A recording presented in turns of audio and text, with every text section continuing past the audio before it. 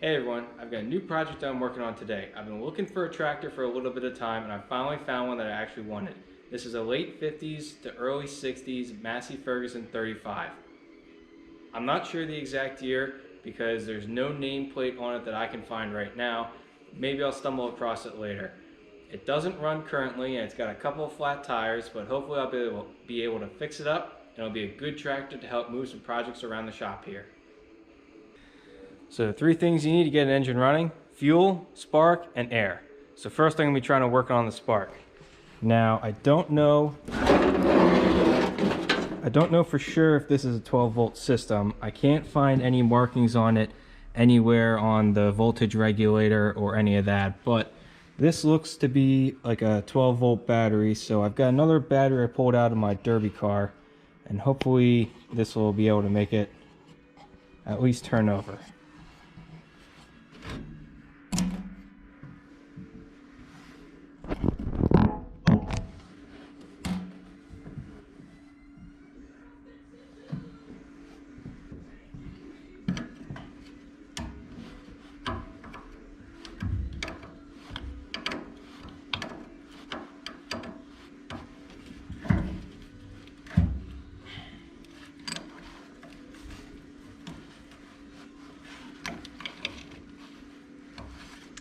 And of course,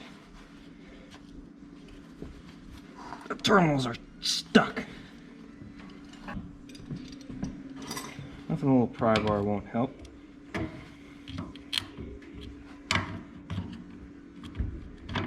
we go.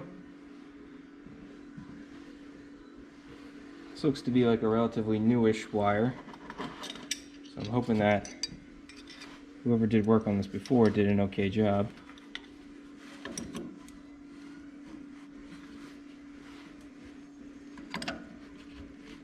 The bolt on this terminal spins, so I may want to look at replacing that in the future.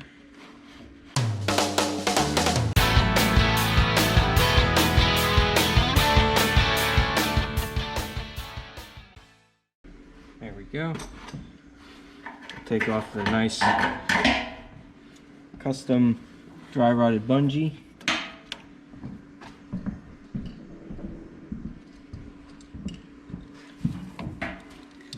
Old twine.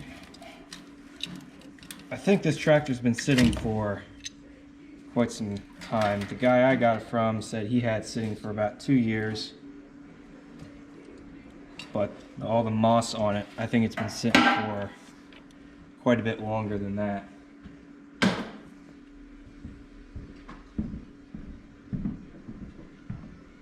It does have a flapper on the exhaust, so I'm hoping that no water got in the engine and it'll turn over. I did pull a plug real quick and I didn't see any rust or anything in the plug.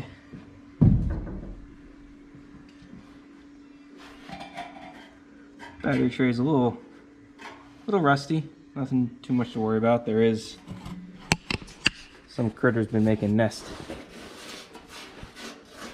on the lip of the gas tank here. Some nuts, shells, and things like that.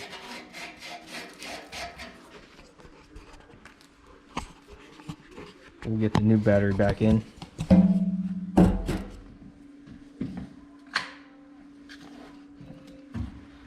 And this one's a little bigger than I would have in this full time, but for now it should do the trick, just to see if it gets it running.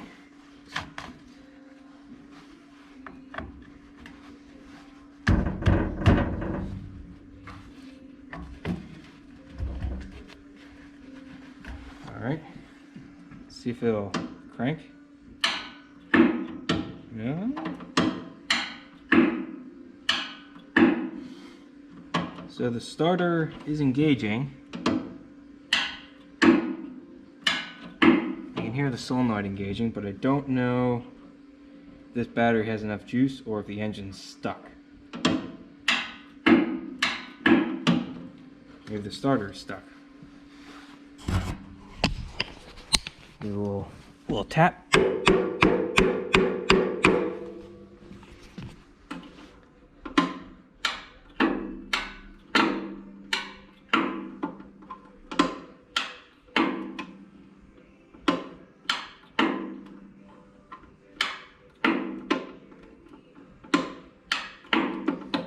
All right, well, I guess I'll be making a run to Napa to get a new battery.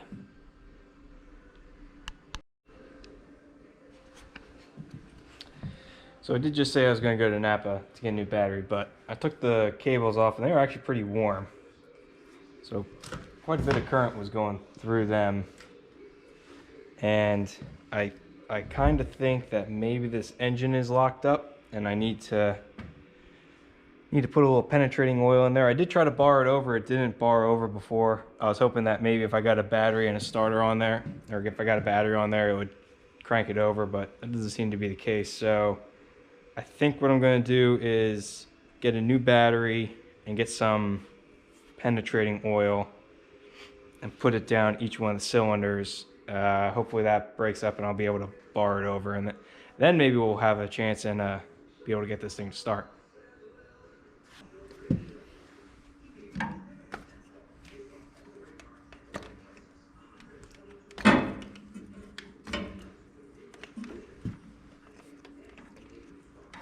Alright, so like I said earlier, engine appears to be seized, so we'll pull the spark plugs out, put some penetrating oil in there, give it a couple hours.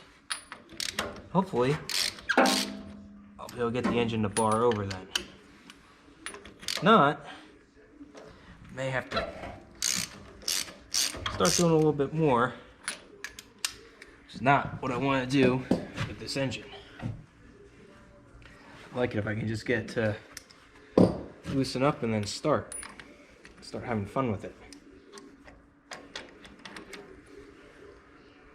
Yeah, so you can see, spark plugs aren't too bad. Little bit of carbon on them, but that's just a simple carburetor tune. No rust, really.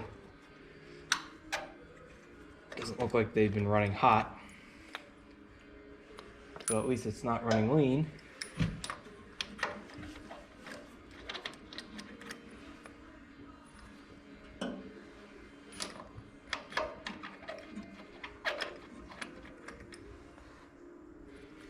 Alright, all four are out. They all look good.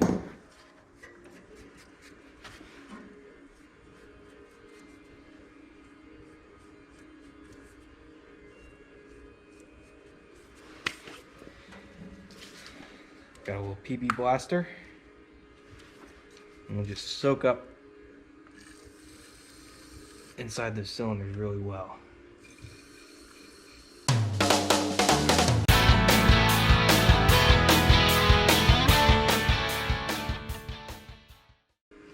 Alright, we'll let that do its work, but got plenty of other stuff to do in the meantime.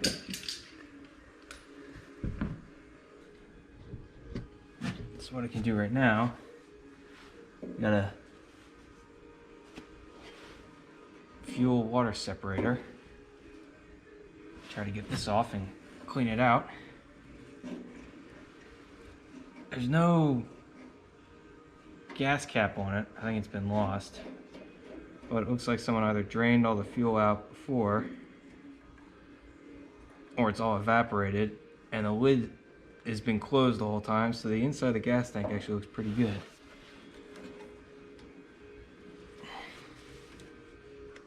I gotta get this glass bowl out without breaking it or hurting myself. There we go. So, pretty, nothing bad in there. Ooh, smells like varnish inside the bowl, but I think the fuel lines are probably clean because there isn't much in this bowl, so I'll clean this out. Gummy. Clean this out, get that back on there, and then we should be good for fuel. Make sure this valve works. And it does. I think maybe that's closed now. Find out when I put gas in it.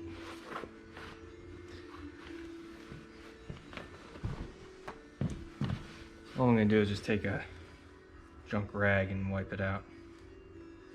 That'll be good enough for this.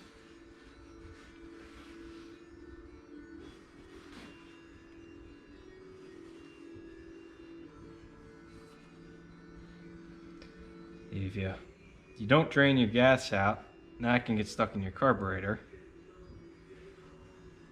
And it makes for a very bad time because now you have to take apart your entire carburetor, clean it. That stuff gets real gummy and nasty.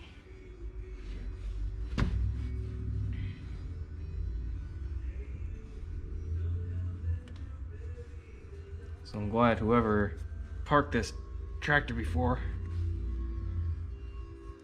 emptied out the gas or ran it dry, so hopefully I don't have that problem with this carburetor.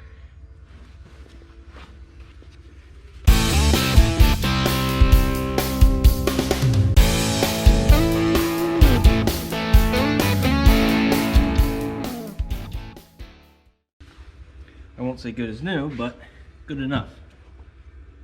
Clean enough I can now be able to see the gas.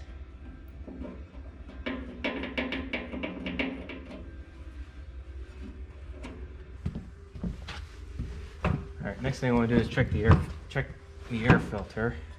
And this is an oil bath air filter, which I have never done anything with. So my understanding of them is that down here is full oil, then there's a steel mesh type filter that sits in the oil, wicks the oil up, and that's supposed to trap dust from getting in the engine.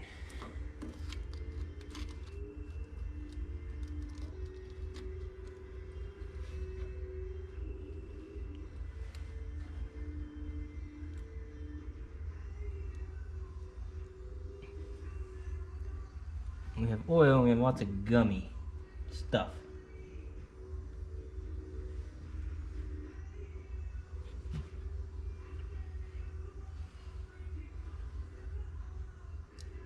I do see some leaves and junk in there. This probably has not been changed in quite some time. Just pulled out from the center of the air cleaner. Nasty, a bunch of varmint food. I think what I'll ultimately do is probably just replace this filter altogether. I don't even know how to get it out of here.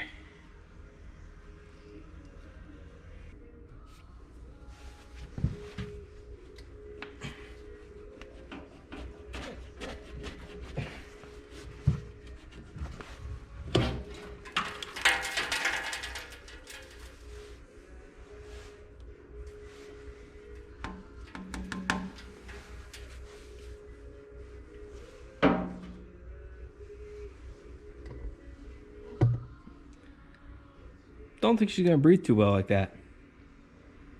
So I guess I'm gonna take this entire thing off and try to clean it off the tractor.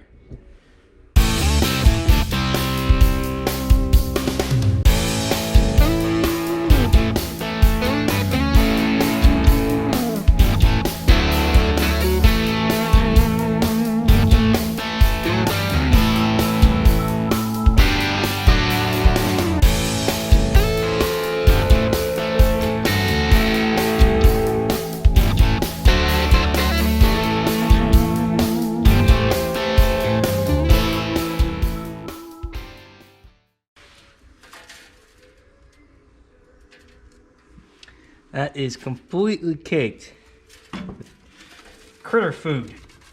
Ah, there we go. Alright, not perfect, but it'll be good enough for what it is. At least all the junk, big chunk is out of it now.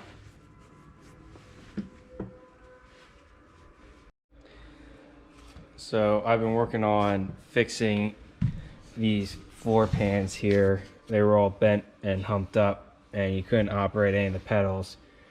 And when I fixed it, I realized that the clutch pedal doesn't move, and when I tried spinning it, it just rotates on the shaft here. It doesn't actually move anything inside there. So I decided to take, there's this access panel on the bottom of the engine here. I wanted to take that off so I could look up and get a look at the clutch. So a critter got up inside the bell housing somehow. I'm not quite sure where it came from, but it made all that nesting material up inside the bell housing. I just scraped all of that out from inside of there. So I'm hoping that maybe that's why the clutch isn't working and it's not something more severe. So yeah, slight change of plan. I tried to fill the cylinders up with some penetrating oil to see if I could break the engine free. Didn't work, so right now what I'm gonna do is take the entire front end of the tractor off so I can hopefully get a socket instead of a wrench on the crankshaft end, and hopefully I'll be able to break it free then and maybe get it to run. Seems a little backwards, but I need to do this anyway because the clutch is locked up and I won't be able to get the clutch to work unless I pull the engine off anyway. So the goal right now is just try to get the engine to spin freely, maybe get it to run, and then try to fix the clutch so that that works properly. All right, here we go.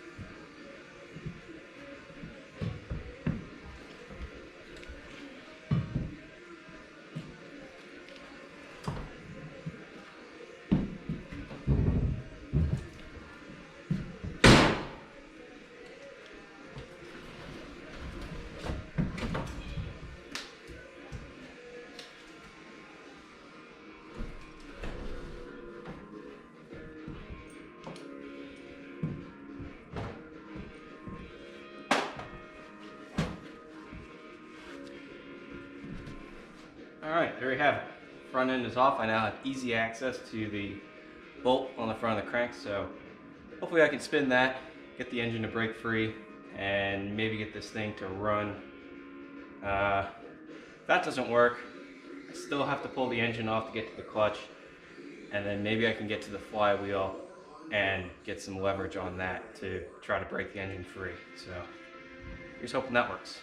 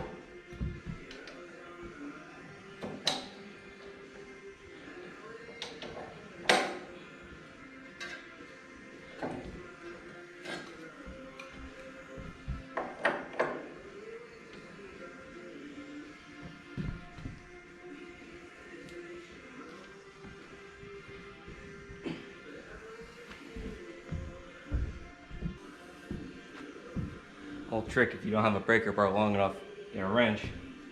You can always put that wrench on the end of your breaker bar, and then you get an extra foot or so.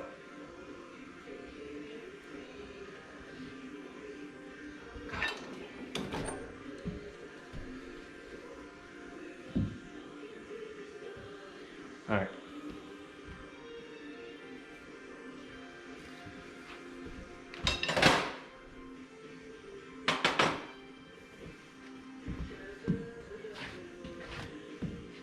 So, even with easy access to this front bolt, all I'm doing is spinning the bolt. I'm not actually turning the engine over. So that's really unfortunate. I hope this engine will break free eventually. So now I'm gonna take all this other stuff off of it, unhook everything so I can pull the engine off, get to the clutch to fix that, and hopefully get to the back of the flywheel where maybe I'll have a little better leverage to try to break this free.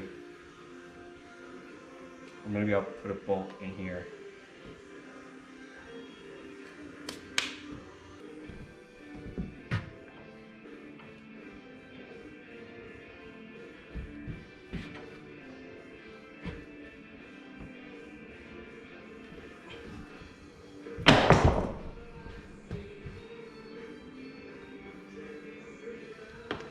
Well, that's not good.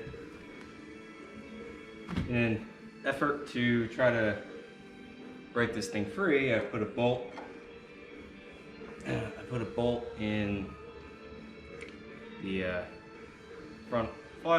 the front pulley here, which then proceeded to break a big hunk off of it. So now, lucky me, I get to replace that part. Super not happy about that. So now I'm going to do it the right way, try to get and pull the engine off. That's disappointing.